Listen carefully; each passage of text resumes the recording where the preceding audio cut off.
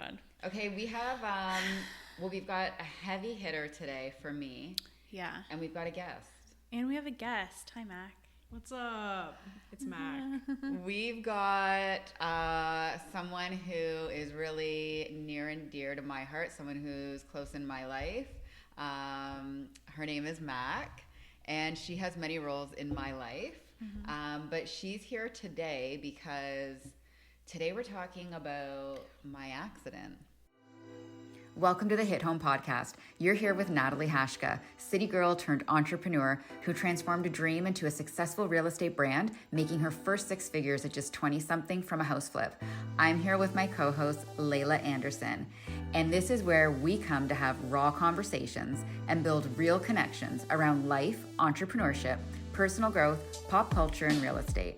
We're so happy that you're here and hope that our experiences hit home with you. Get ready for some major realness and some kick-ass connections. Are you prepared mentally? I mean, I didn't prepare for this episode. I actually made no notes. Like you and I talked last night about this too, and then I was messaging Mac about it and stuff like that. I really wasn't sure what to prepare for it, and I feel like if I prepared, it probably would have put me in a headspace that was not good for today. Yeah. So we're gonna wing it. Okay. Like we do most episodes. Like we do most episodes, and Lay is going to be taking the role today in hosting the majority of the show and asking questions. And Mac's going to be piping in because, you know, our experience in the accident and the rehab process and recovery was very different. I lived it, but I also learned that people close to me lived it as well, and it affected them. Yeah. In a way that didn't affect me, but just as bad, it affected them. Yeah. You know? So I think it's good to have her insight and have her here. So thanks for being here in advance. Thanks for having me. And I don't know, I guess we start from... Yeah, so what the fuck happened? No, okay, so yeah, well, basically, so just start, from the beginning. Okay, so the accident happened in 2018. October 1st, 2018. And it was like a normal routine Monday. I was leaving the house. Oh, and it happened on a Monday? Yeah. Oh, fuck's sakes, man. What the fuck? Yeah. Sorry, go on. And I was heading to Canada Post. I was going to drop off a just sold postcard. And so I was leaving my home to go do that. And I was heading to the office afterwards to meet my broker for a meeting. And it was like a normal routine day.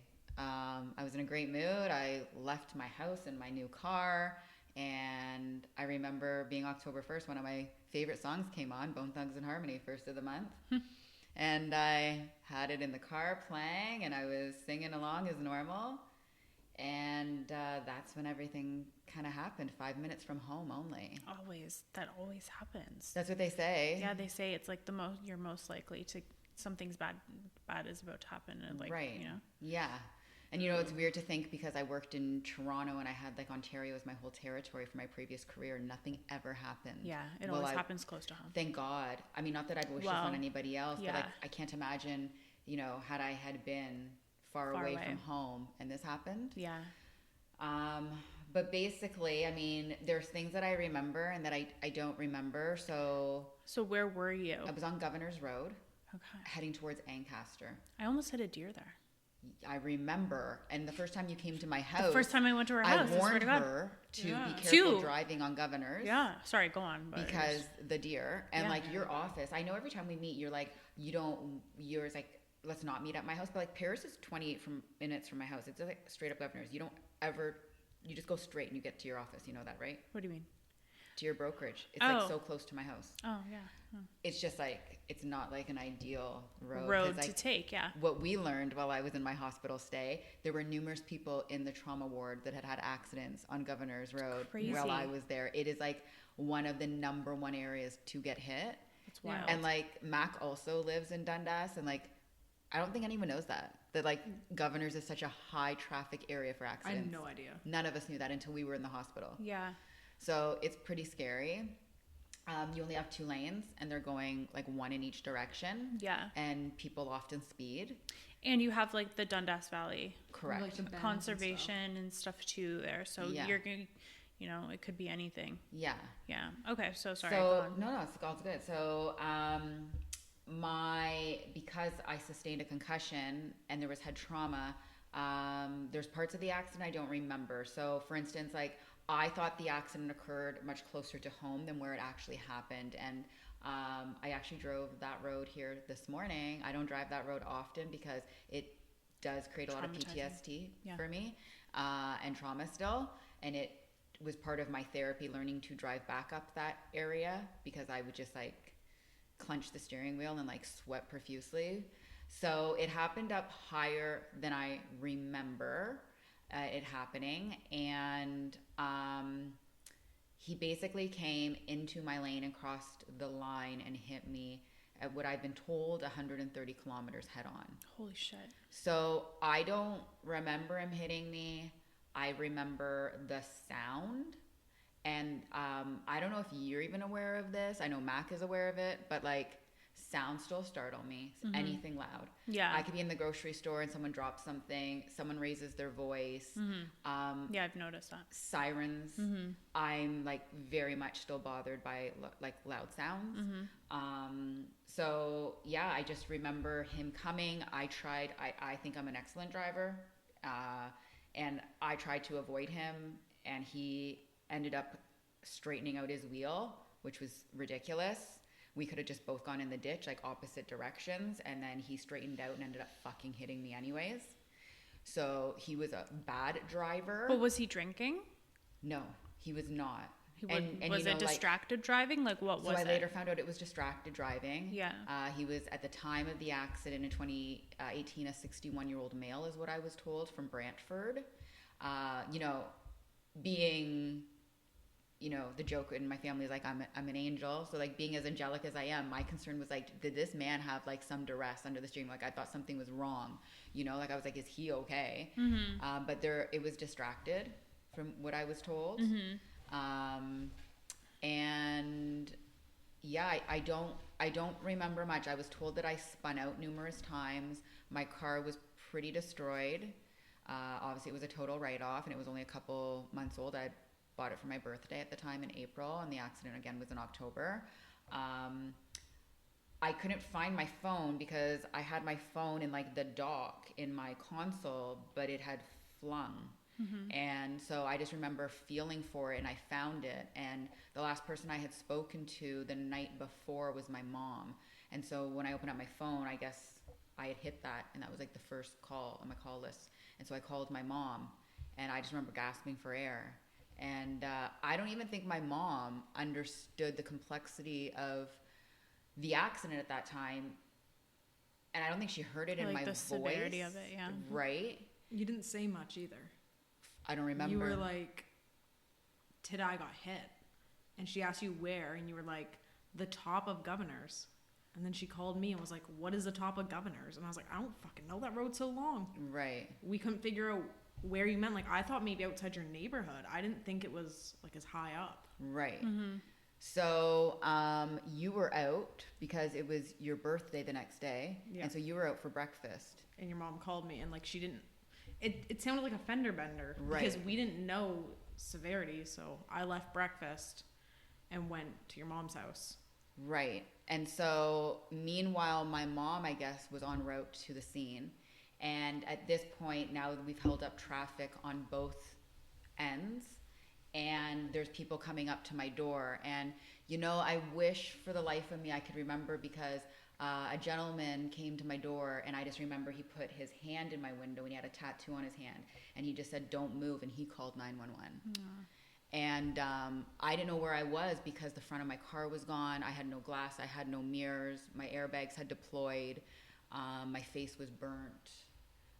There was glass all over me. Like, I didn't know where I was at all, and I was just in so much pain at the time. So apparently there were like numerous people that came, after the story. There was like a nurse or something that my mom has run into in Dundas and often asks about me. Yeah. And she came to the scene and saw me, and apparently stayed with me until the ambulance came, and I don't remember that. And someone let your mom know that you were in the ambulance or something. Right. Because when I got to her house, we went straight to follow you to Right. the hospital. That's wild. So they had to extract me from the car, and then I went into the ambulance, and I have no recollection of this, but Max says that you talk, it attests to my work ethic. It's the most Natalie story. Okay, we're driving to the hospital and meet her, and we're like, oh my god, she had a meeting with her broker. So we're like on Google, because Nat's phone's locked and we can't get in, trying to find his info. So we call him to cancel the meeting, and he's like, oh yeah, she already called and let me know. And we're like, you're so fucked up. Is that not But I didn't even use my phone. She called off the ambulance guy's phone. To let them know. So I know you fucking joke about me being late. There are things like the podcast, and please don't take this the wrong way, I'm not late for real estate. Mm-hmm. The podcast, I'm aware of that. There's yeah, don't worry about it. Nothing that is going to die or happen to us. And after my accident, I don't fucking stress small things. Yeah. You know what I mean? So if I'm gonna be a few minutes late, it's honestly, but it's not the end of the world for me, and there's certain things I cannot be late for in my life, and I'm not late ever for a listing appointment or things like that. And she knows this best about me, but I have no recollection of that. So I was on is it a gurney? Is that what you call that? Yeah, I think that's what it's called. Right? Yeah, the yellow thing? The stretcher, Yeah, and I apparently asked to use the guy's fucking phone. No, I don't even think I spoke to my broker. I think I spoke to my front desk. And again, the fact that you even managed to cancel it is shocking in itself. Yeah, I think the point is the fact that you managed to do that, you didn't get someone else to whatever and just say, can you call this person? You called the front desk to cancel your appointment. Was by Dunder McDonald's. I'll never forget it. It's that strong of a memory of you calling that. So crazy. So nobody, including my broker, who is now my business partner, and he's covered my business from that day. He wasn't even aware of the severity of the accident at that point too. Right. So they first took me to, I believe it was Juravinsky, but it wasn't a trauma hospital. That was the closest hospital. So I was admitted into ICU. Juravinsky was the closest one? No, it's a wait time. Oh, it's the wait time. Yeah. Oh, okay. It was the quietest emergency room. Right. Right, yeah. So it typically would be, yeah. I went in there, and I was first admitted to, I think it was, I don't remember if it was ER or ICU. ICU. And then right away, they're like, we can't deal with her injuries. She needs to go right away to trauma, which General Hospital is the only trauma hospital. Mm-hmm. So then they sent me to trauma, and I don't remember, my recollection of the trauma. So I first went into ER when I went to the General, and then I also went into ICU, and then I had to be transferred up to the 11 ward or whatever it was called. Sixth floor trauma, which there's only a certain amount of beds up there because it's a bad floor to be on. So at this point though, what are your injuries? So we don't know. You didn't know. No. You just knew that no. Just crying in pain. Yeah. And she was worried it was her pelvis. Right. That was the big My concern. foot was massive. We knew my foot was fucked, but we didn't know, and I was going in and out of consciousness. So I'm being transferred between ER, ICU. They're running tests. I remember them cutting my Victoria's Secret bra and G-string off. Yeah, because you made some joke at the guy about him pulling your hair. Right. Yeah. Apparently my humor was still there. Thank God. Wow, thank God for that. I know. You begged them not to cut your new sweater off and your vest. But everything was destroyed. My clothes. But you still. Yeah. Yeah, and your purse, Yeah. your pure protein shakes splattered and ruined her bag. My Louis Vuitton bag and all those things. But I remember when they did the imaging, I think the biggest thing was when they came in and said that my back was broken, and I broke down and I cried. Horrible. My mom had to leave the room. Horrible. Yeah. Well, because you were triple injury. Yeah. I was injured from head to toe. And when I heard that my back was broken, I was like, there's no way. There's no way. Ready to make a move in the GTHA? We'd love to be a part of that journey. Not in our area, but still in Canada? Connect with us and we will point you in the right direction. Yeah. How can this be? I just felt pain in my pelvis. But it's because it was lower. Mm-hmm. And it's common from seatbelts. Yeah, so because I don't consider myself petite, but because they said I was petite It was the G-forces. The seatbelt saved me, but the seatbelt fucking broke my back and created a pelvis injury. And I have a scar on my stomach from the seatbelt, from the G-forces, which cannot be fixed. I've gone to 2 reconstructive plastic surgeons, and because I don't have fat there, they can't fix the area. Do you want some of mine? If you didn't say it, I was going to. Oh my God. I mean, did you mention how fast you got hit? Yeah, 130. Yeah, 130. Yeah, head on. So I have And like the speed limit there is not. No, so I was the speed limit there is what, zone. 80? It's 80 there. It's Yeah. not even close. It would never It's even 50, be 60, 80, and then Yeah. it goes 60, 50 again. And then 80 again. Yeah, because it's not a, it's not 100 No. and even close to that. No. Yeah. So he's distracted driving Speeding. and speeding. And do you know, we'll get back obviously to your hospital story, but do you know what happened to him? So I know that he sustained injuries. I only later found out, like, I'm talking maybe last year, that he had a sternum injury. He broke his sternum. And I know this sounds like horrible, but I don't give a fuck what happened to him. No, yeah, I totally get that. I told that to my lawyer, I too. just wonder, like, Yeah, no. how, like, how his car, or like how he. Yeah, he was in a lot bigger of an SUV. Like, he was in one of those huge Buicks. Yeah. Oh, She okay. was in her, like, small Benz sports car. Sports car. Okay. Like, I have, like, a picture of them, like, next to each other. Yeah. And, like, the size difference is insane. She pretty much got hit by a truck, essentially. It's fucked. And hence why I'm in a Range Rover now. Like, in order for me to even be able to get back on the road with the level feel of PTS, safe. I would never, like, if my ex ever found out I was in a Range Rover, because I always drove small little sports cars. Yeah. But that was the only way that I could get back behind the wheel feeling protected. Right. So now you're 6th floor at the General. Yeah, so now they've told me that my back is broken and my whole family is fucking distraught because my mom, people are calling my mom, and my mom's like, "Oh yeah, we'll be home tonight." Like, my mom was in fucking denial. Yeah. Like, Yeah. And I mean, I feel like at that point it's also wishful. Like, in her mind, she's like, she's gonna be fine. None of us were thinking, like, it's going to be as bad as it was. Yeah. Because, like, with her back injury, most people would be able to, like, walk that day. But because she had the foot and shoulder, Right. it was like a triple whammy. Right. That they all, like, had problems with one another. Right. Yeah, of course. They Yeah. would be. Yeah. so because the trauma floor only has a certain amount of beds, I basically slept in a hallway. I slept in like ICU and ER for a little bit. My sister spent the night with me originally there, and then I had to like sleep in the hallway. And they don't usually put different gender in a room together. And then they came to me and they had said we had a bed open up, but it's with a gentleman. Well, I was like, I was fucking in and out of it. I didn't care. Just like, get me out of the fucking hall. And so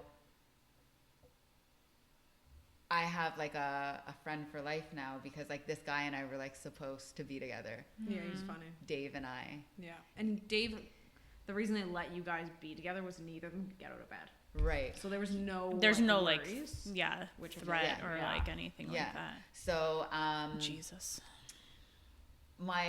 if I didn't have Dave, I don't think I would have been able to get through Mentally. the time. Yeah. The weird thing is his accident happened over the Labor Day weekend. He was in there 1 month before me. He was from Hamilton, but he worked at Canada Post, and I was driving to Canada Post. Oh my God. So it was like really fucking weird how that lined up. Spooky.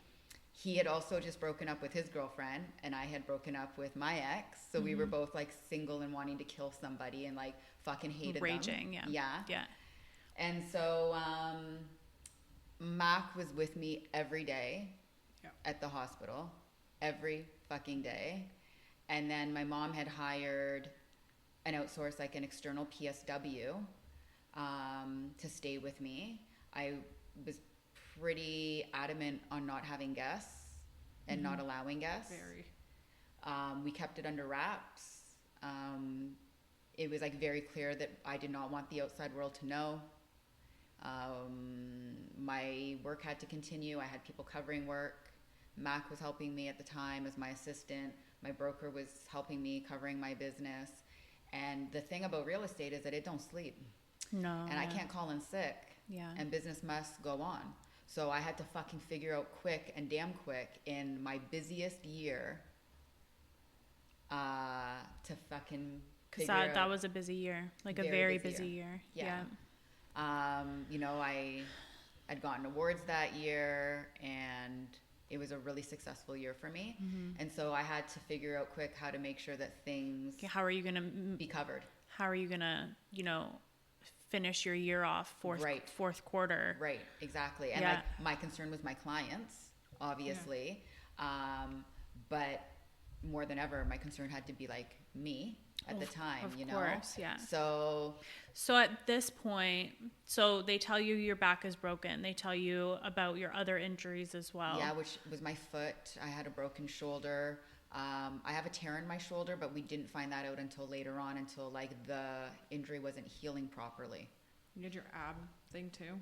Yeah, so my stomach split, the muscles in my stomach split, and I had like blood clots and the pelvis injury. My face had burned. I had like glass had ricocheted through all my clothes, so my labia and vagina was all cut up on the inside. God. And then for your foot, it was your heel, which is like worse than a normal foot brace. Right. Oh, fuck. Because heels have to be elevated. Like it's like an egg in there. Right. So like the surgeon was like, you have to let that heal because it's like the inside of the egg, not the shell. So of course I got the worst foot injury that you could have. Yeah, so there were like the initial, because I was so high trauma, there was like the initial injuries, and then there was like a lot of things we found out later down the road, because once the big injuries start healing, then the other things come up. Yeah, because at that point I'd imagine that like you're not even paying attention to other things that could possibly be bothering you. Right, because you're just so much pain. Yeah. So we have like a PSW in my room, and I don't even know this woman, so it's like I'm trying to build a relationship with her, and she's taking care of me when like the nursing staff on the trauma floor is not. And she's also staying outside of like my closed curtain, because they warned me being on the trauma floor, there's a lot of weird things that can happen. Like it's not like just like normal things where they're like, don't keep any of like your personal belongings, things can get stolen. Like I had people from the jail beside me. There were people who had been stabbed, shot. Right. A lot of sketchy shit can happen. Yeah. Right. So we had somebody who was like almost like security, so to speak, outside my curtain. And even the general is just not a great. No, and it's the only trauma hospital place to be. Yeah. Exactly. I had Mac with me. My sister was, you know, with me when she could be. She's got kids, so it was challenging. And then my mom. Yeah. So I have Dave, my neighbor, and then 5 days in, I have a surgery. So they had basically decided, because the back fracture and the spinal injury that I had, they said that they didn't want to do surgery, which I was so happy about. I was so scared about having spinal surgery. So because my foot was going to be immobilized, and I'd have to be in bed because of the foot and because of the fracture in the back, they ultimately decided to put me in something called a Jewett brace, which I was in for, oh my gosh, close to like 5 months or something like that, 5.5 months. It was a really long time. And it basically kept my spine straight and healed that way through bed rest. And then my arm was in a sling, and because I was immobilized, they weren't worried about me using it, so they didn't operate on the shoulder fracture as well. Because of your foot, because you couldn't move. Right, and so they had no choice, because like Mac explained, it's the heel, which is like an egg, and it fractures. They had to put Humpty Dumpty back together again. Like they literally had to rebuild my foot. So I have a plate and 7 screws in my foot, which is permanent hardware for life. That was a trying day. Mac had spent the night with me the day before, on October 4th, and all we knew was that I was going in for surgery on the 5th. And they reassured my mom like around a rough time, and my mom wanted to, like, if you know my mom, like my mom don't leave the house without like hair, like her heels and hair and makeup done. So like she wanted to get herself together and get there, and like they came in and they literally rushed me out. It was like 6 a.m. It wasn't planned. My mom didn't get to see me before surgery. Poor Mac was traumatized. I don't even think you had experienced surgery with anyone at that point. I had my dad, but I forgot about the fact that you can die in surgery. Well, yeah. So, like, there was so much, like, trauma going on, and, like, Nat's crying, and I'm trying to get her mom there. They're not telling me what they're doing. They're not explaining anything. They're literally just, like, rushing me out, and I'm like, what's the scar gonna be like? And, like, you know, I'm like, are they being concerned? Is my foot gonna be fucking butchered? Like, are they gonna give me too much anesthetic and I don't wake up? Like, they're not telling me anything. It's just, it's emergency surgery. They're just rushing you in. Yeah. And, like, her mom's not there yet, and I'm trying to hold them off. I'm like, can you wait? And they're like, no, we're going now. And, like, it was a mess. Nat's crying on her bed, and, like, I'm traumatized. I'm like, you're gonna be fine. No worries. That's a lot for you to take on. Yeah. Yeah. Like, it's just, And she was I so mean, young obviously. at the time, too. How old was I? So that was 6 years ago. Ew, I was like 20. Yeah. And I mean, not to, like, you're the one getting rushed into emergency surgery, so you're probably scared for your life, but it does show, like, how it affects other people, like, in your life. Yes, and of course it does, definitely. right? Yeah. And the people that are there. I have surgery. I come out. I don't remember who's there, who's not there. I just remember screaming because my foot was so big and they couldn't do the emergency surgery right away because the amount of swelling. We had to wait for the swelling to come down to do the surgery. That's why there was a few days in between the accident and the surgery. And so the cast had to be so tight for my foot to heal properly. And I cannot, like, I was screaming. Yeah. Nonstop. They had put your foot in, like, a boot. Yeah.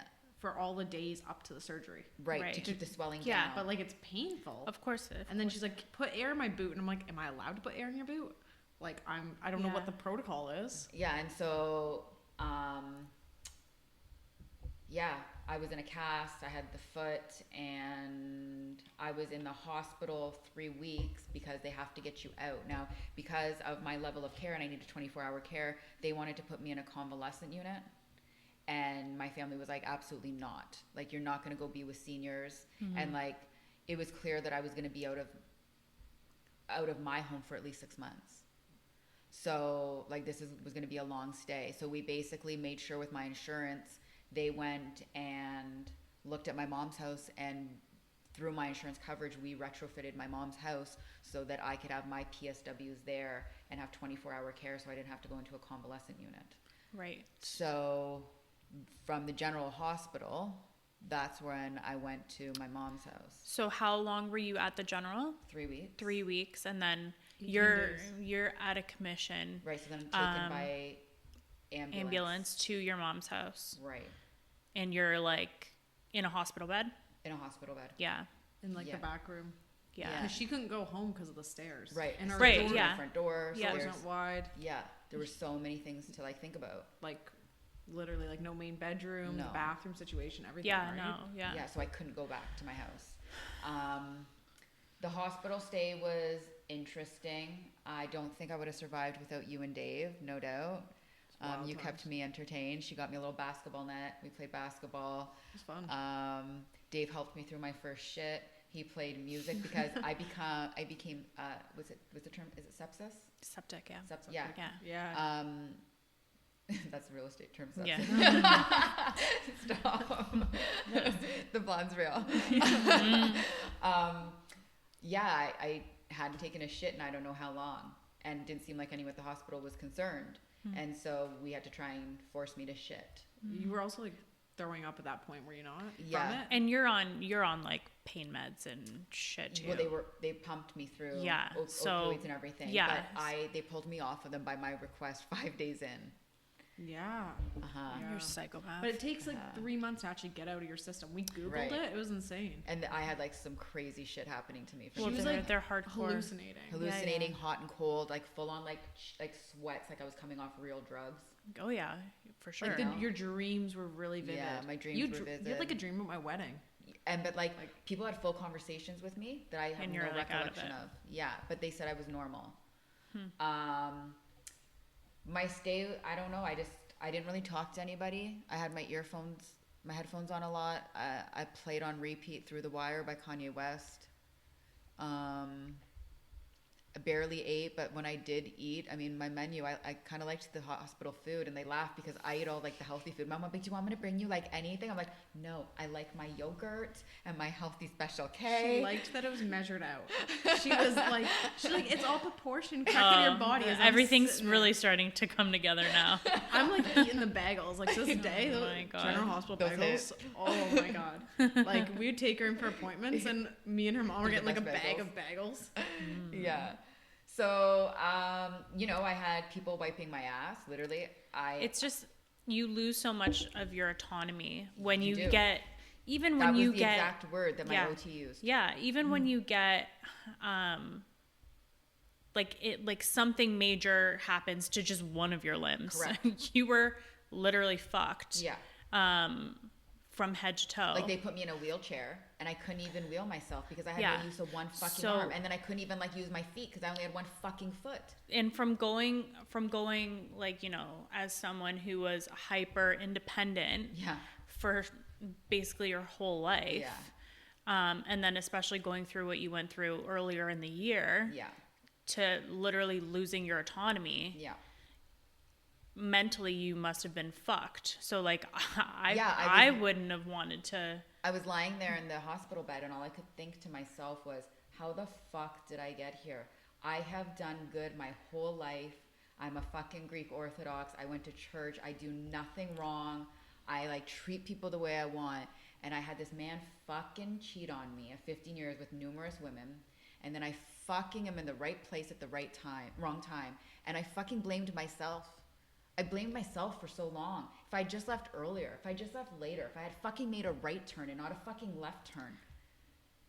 Like it was my fucking fault that he did that. You can't think, you know, like but that, like though. I sat there and I thought, how does this fucker's life go on? And look at where I am. Like how did this happen? It was meant, like, if it didn't happen that way, something else would have happened. I believe that. But when you're in it, of course not. You can't make sense of any of it. Yeah, no, of course not. You know? Help us spread the love one home at a time. Rate, review, and share this podcast. It would mean the world to us, and hey, it may even change someone else's world. Don't forget to like and subscribe. You can also find us both on Instagram at The Real Nat and at Lai Real Estate. When they first told me about my spinal injury and they said like they didn't know if I would walk again, and then I couldn't run. I didn't know if I'd walk. My walk wouldn't be normal. My foot might be floppy. I wouldn't wear heels. I said I wanted assisted suicide, and my family fucking lost it. I didn't want to live like that. The heels really got her. That was probably the worst one. When they were like, you're not going to wear heels again, you like... It's just like your identity is taken away from you. Yeah, but if I couldn't walk again, you wouldn't want to live like that.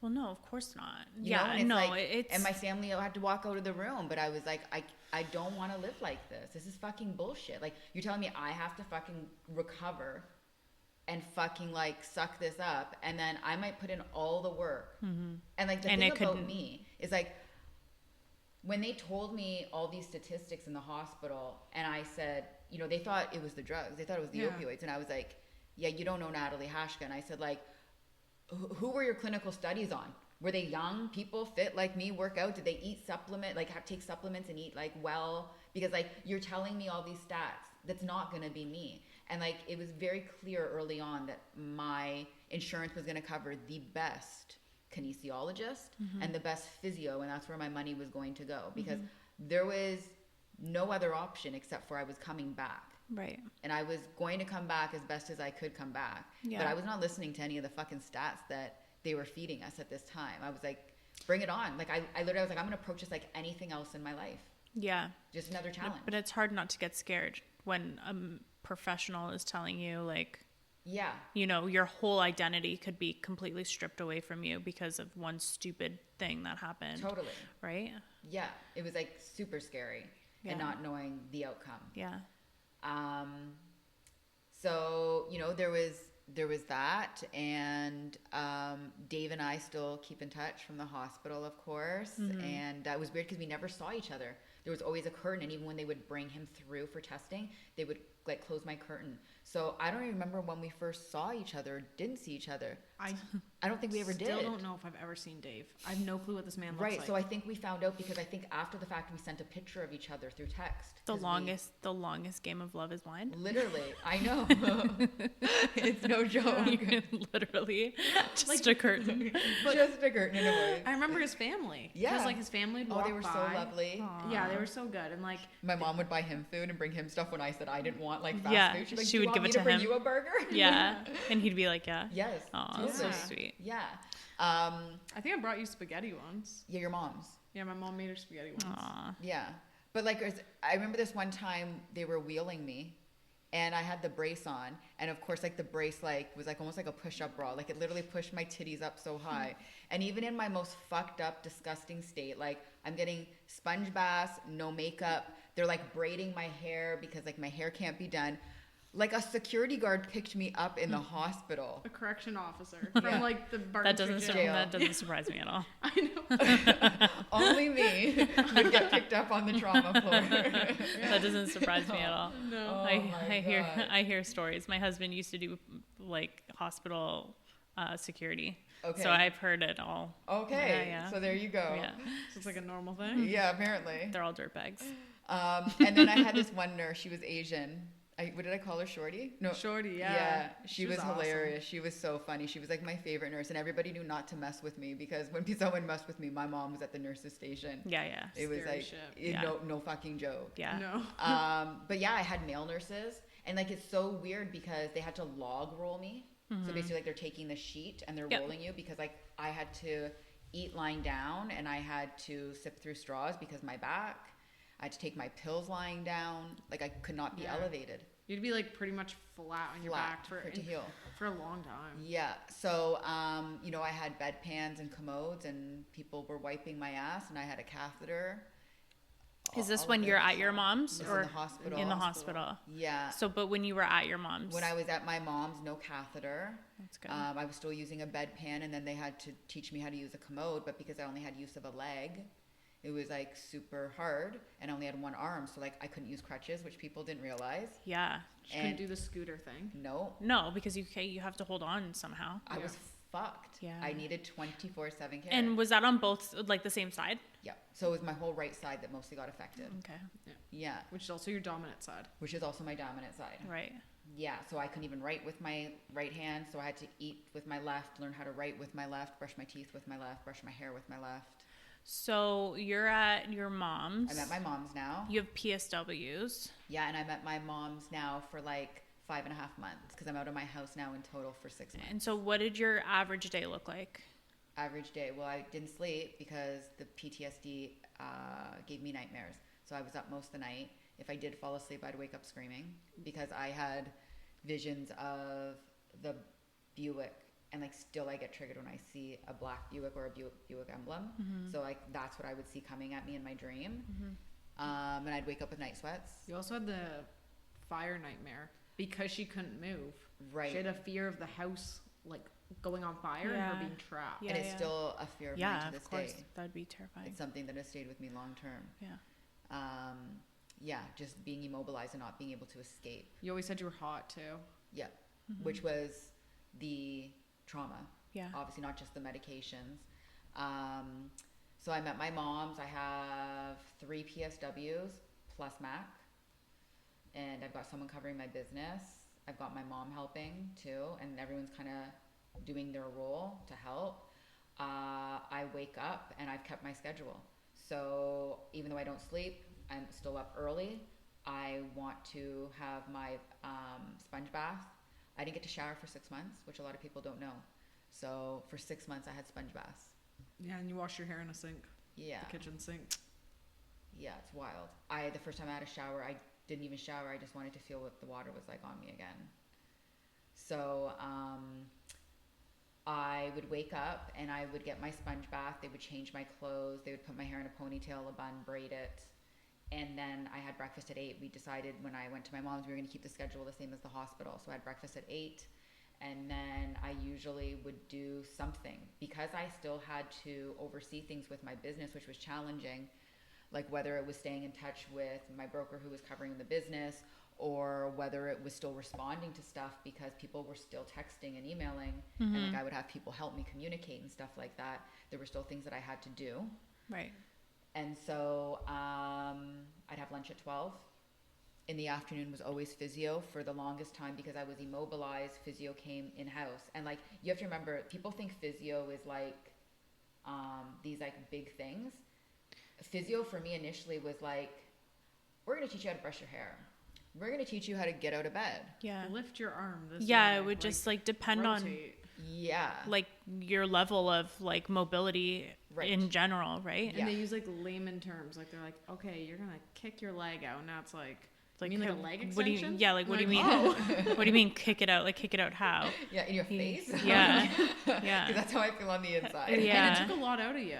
Like, it was so draining. Like the hour was like sending someone to work for 8 hours. I would have to sleep afterwards. It was so fucking draining. So then I would usually have a nap, and then I would have dinner at 5. And it was always my mom that did dinner. Mac's mom was the only person that I kind of accepted food from. Yeah. I like her cooking. Minus her potatoes. Yeah. And she would bring me over food. And then we would always like watch TV together at night. You helped me write papers. I helped you get through university. Yeah. I should have the motherfucking degree. I didn't go to university. I get like bonus points for quoting a realtor. I was like, I literally, this is no joke. Oh I did so much of her homework with her. That's so funny. She did all my physio exercises with me. Yeah, I remember the cha-cha slide on your toes. She did the cha-cha slide on my toes. We have a video. We had to like, oh my God. You had to tap her toes because they were all like numb, right? Yeah. So we had to see which toes were gaining feeling. Right. So she like closed her eyes and I tapped them. But she put the music on. I put the cha-cha slide on. Yeah. So I was like, slide to the left. Down or to right. She honestly, like, I would not have survived without her. And then it was pretty early because I'd go to bed early, and you also went to bed early. I still go to bed early. Yeah. And so she would go home, and we would try. I always had to get ready for bed because like brush my teeth and all that stuff and put on my pajamas. But like most nights I would just lie there and I didn't sleep. Yeah. And so that was pretty much my days for months on end. When I was able to go out, so then I had like transport. Like who the fuck is like 34 and has to go in darts? That was so fucked up. Yeah. You know, like that was like, what a hit to your fucking ego. Like I know the nurses at the hospital like, check your pride at the door, girl. Well, see, you had no other choice. Like, what other choice do you have? So, like, you know, and like my wheelchair and shit can't get in a normal car. No. So, like, I'm getting fucking driven around with like darts and shit like that. Yeah. Well, what else can you do? Until I can get into like Mac's vehicle or my mom's vehicle, and they drove me around the entire time for medical appointments and follow-ups and all those tests. And then when I could get to physio, obviously, then it was going to physio there. Mm-hmm. And that was pretty much my life. During that time, I had to learn how to walk again, which people don't realize. The stairs was the hardest thing. So going up is way easier than coming down with the different muscles that you use in your foot. So we have a lot of footage, and I know Mac is working on a video to put together, a rehab video, which is going to be really hard for me to release because I don't even want to look at that, and I know you don't want to look at that again. Not really. It's traumatizing. I had to learn how to read and write again, which people don't realize. So I had to spend thousands of dollars on vision therapy, is what it's called, for my concussion, and learn how to read and write again and walk. She had like concussion exercises. Oh, I was terrible. I have one undiagnosed for sure. Nat was faster than me. Holy shit, that was hard. I can remember them to this day. Oh my God. She's like, do you want to do them with me? I was like, can't be that hard. Yeah, and you're like, I'm a dumbass. She's like, poor head. I'm like, how are you doing that? There's this one time I did get dropped. She actually said that. Yeah. My evil siblings, man. They hit me in the head way too much. Oh my God. So that was like really, really challenging. I get all my hardware off, and then that's when I get to go home. So the spinal brace comes off and I get to shower, but obviously I'm showering with a PSW, not alone. And the boot comes off finally. And after 5 months. Like close to 6 months for all this. And like... So October. So you're in... Yeah, it's like... February. Right. February, March. Yeah. Yeah, of not 2019 now. Mm-hmm. And that was weird too, because like with the foot exercises, I was only allowed to apply a certain amount of weight. Like they would be like 10% body weight, 20, and I had to use a scale. And so then not like having the boot on, and then I could only wear like certain shoes. Yeah. Like I could only wear like a runner or something like that too, which was challenging, and my foot was still really big. Mm-hmm. So I had to buy like, I couldn't go into like my old shoes, even old runners. I had to buy everything new. Yeah. And shockingly, like I put on like no weight. No, but you liked your meals proportioned. So. But like the fact that you're not moving, it's not even like you're not working out. You're not even like burning normal calories because you're stuck in a bed. Yeah. And so like that Halloween, do you remember I wouldn't even eat Halloween candy and stuff? Because I was like, I like made sure I was like, nope, they made me eat dairy. I wasn't eating dairy at the time, but they were like, you broke numerous bones, so I had to incorporate dairy. They were like, you need to eat every food group. They needed carbs. I needed carbs, which I wasn't eating. They were like, you need to fuel your body because when you're recovering and injured, you need the energy. You need it. Well, that's where all your energy goes, or that's where all your calories go. That's exactly right, to heal your body. Healing, yeah. Yeah. So we were very mindful of like me eating well and all food groups and dairy, but like I was not eating bad food. I was not eating out because I was not moving and not working out. Yeah. So then we go home and that was messed. I went home and I felt like a stranger in my house. I didn't remember anything. I didn't remember where the light switches are, and I just cried because I felt like, where am I? Mm-hmm. And like, did someone stay with you at your house? No. When you went back home? No, I still had to have help. Mm-hmm. So I had to have like a cleaning lady. That's how I ended up getting a cleaning lady. I had to have a cleaning lady. I had to have someone doing all my exterior maintenance on the house. Yeah. I had to have something called an RSW, which is a rehab support worker. And they basically would like take me to have coffee with a friend or like take me out for social stuff. Like make sure you're like getting back to society. Yeah. Whereas the PSW is personal support worker, and that's to take care of me like hygiene wise, per se. Yeah. You know, the RSW would also help with like things around the house because I couldn't even take my laundry downstairs. Yeah. So like they got me this mesh bag to put my clothes in so that I could throw it down the stairs so that I could be independent and do my laundry. You also didn't let any of us like go in the house except to get what you needed during the accident because you wanted it left the way you left it that morning. Right. So I remember that, like your room was the way you left it and everything, Yeah. minus the stuff that we pulled. But Nat is very like organized, even if it's organized chaos. Yeah. So she's like in the hospital and she's like, go in my room to my dresser, third drawer on the left at the bottom. There'll be 3 pairs of jeans, 1 pair of sweatpants. Mm-hmm. You'll see a blue pair of Roots sweatpants and you like pull them out. Yeah. Like it's true though. Yeah. You knew where your stuff was. It must have been a little fucked up though, going back home and pretty much being on your own after you were with constant support. And knowing that I still actually wasn't independent. Yeah. Like, they clear you. Yeah. But like I wasn't independent by no means. Like I would be exhausted making a meal. Yeah. Because it's like I had to be given this number system from the specialist, and it was like I had 21 points a day. Sounds like Weight Watchers. I had 21 points a day, and each activity was a point level. It was like physio is 4 points, showering is 5 points, cooking a meal is 3 points. And that's once your I max. hit 21, it was like sit down on your ass, bitch, and do nothing. Yeah. Because it's like so exhausting, and it's not just physical; it's cognitive exhaustion as well. Sure. So I had light sensitivity, sound sensitivity. I have PTSD, noise disturbances, sleep disruptance. I have physical injuries. I have everything going on. Mm-hmm. And I'm back at home now. And at this point, I have physio coming and kinesiologist still coming into the house. And then I finally, in May of 2019, get cleared to go back to the gym with the kinesiologist. But I have to go back with them. So Mac and I are at the same gym. And so like, it's great. Like my goal is to get back in there, be able to do what I need to do. The one sports specialist that I saw at the general hospital was like, you have a weightlifting background. The best thing you can do is build as much muscle mass as you can.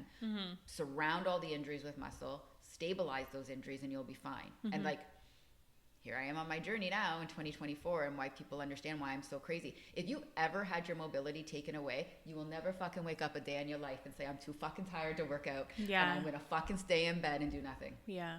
You will never fucking take that for granted. You will fucking fill your day with shit because you can fucking sleep when you're 6 feet under. Yeah. I would itch just to fucking do something. I had to fucking look out a window and watch people live their life. Well, yeah, and people would, like, they're not trying to be insensitive, but they're like, it must be nice to lay in bed and watch movies. And yeah, like, no. But when you can't get up to get a snack, that it's gets, not so nice. That gets old pretty fast. I know. Right. Fast. And like, do you know how hard it is? My mom's like, what do you want for a snack? And you can't go and see it. And I'm like, what do we have? And she'd have to like give me a menu. And you just feel useless. You like, feel so useless. Yeah. So we go back to the gym, and you're driving me, I think, to the gym. We're going together. Yeah. Right? And the kinesiologist is with me. And so like, I'm super insecure because the gym is a spot that I met a lot of guys. And like, people knew me for business. I was very well known and popular at my gym. So I now return with like an entourage. I've got a driver, and no one thinks it's really different because like we used to work out together and stuff. But did like, you work out before the accident? Yeah, a little bit. Shiz nuts, I forgot about that. Yeah, and obviously, I think I look different, but I don't know if other people do. I'm obviously doing different exercises, but I have a kin with me, and we're doing like rehab stuff. And so, like, I'm insecure, obviously. Yeah, and you don't want the attention. I don't want the attention. I want nobody to know. I still want everything under wraps. And so that happens, and I realize how weak I am. Like, we're not, like, working out. We're, like, can you balance on one foot? You're doing, like, basic like, shit. do you know how hard it was to even get in the leg extension machine, in and out of it? I was like, oh, my God, my body doesn't even want to bend to go onto a sitting machine. It was crazy. Yeah, well, you did have people asking about you when you weren't there. Yeah. Because I'd have people come up to me. Nice. And seeing where she is. Yeah, so it was like I played like round robin on avoiding certain hours of the day. Right. Yeah. I'm really good at avoiding people, so I had no problem putting headphones on and hiding. Yeah. But like, you were with me working out a lot. We've documented a lot of my workouts and like me getting back into shape and stuff, which was very challenging. And how many times I'd be taped up from physio, and then I would just like I gotta stop. I'm in so much pain at the gym and stuff like that. You'd be pulling tape off of me. So that takes us to there. So now we're like end of 2019, and like you have to remember, I have a full-time job. I'm seeing a psychologist. I'm seeing physio, an osteopath. I've got an OT appointment. I've got lawyer's appointments. I'm in the fucking nastiest, biggest lawsuit because of my age, and I'm self-employed with a glass ceiling income. It's not like I'm 61 and I work a 9 to 5 and I have 50,000. Like, well, we got like 4 years to retirement. They make X amount of money. We can figure out her losses here. Yeah. Like, my case was a serious case. Let's put a bow on it and wrap this episode up. Thank you for joining us today, where we got real and raw. If this hit home for you, don't forget to tap those stars and subscribe to join us next time. Remember what we're here for: raw conversations and real connections. So don't just stop there. Find us both on Instagram at @TheRealNat and @Lai Real Estate, and let's connect. Until next time, on the podcast that feels like home.